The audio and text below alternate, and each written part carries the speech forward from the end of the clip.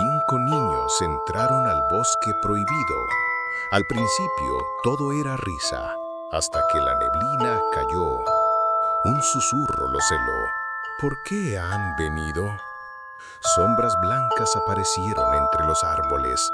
Marcos gritó y desapareció en brazos de un fantasma. Andrés quedó paralizado y fue arrastrado bajo la tierra. Sofía, Daniel y Laura corrieron sin mirar atrás. Las voces los perseguían. Quédense con nosotros. De pronto una luz, la salida del bosque. Saltaron fuera y los espectros se quedaron mirándolos desde la niebla. Solo 3 lograron escapar, pero cada noche aún escuchan los susurros llamándolos.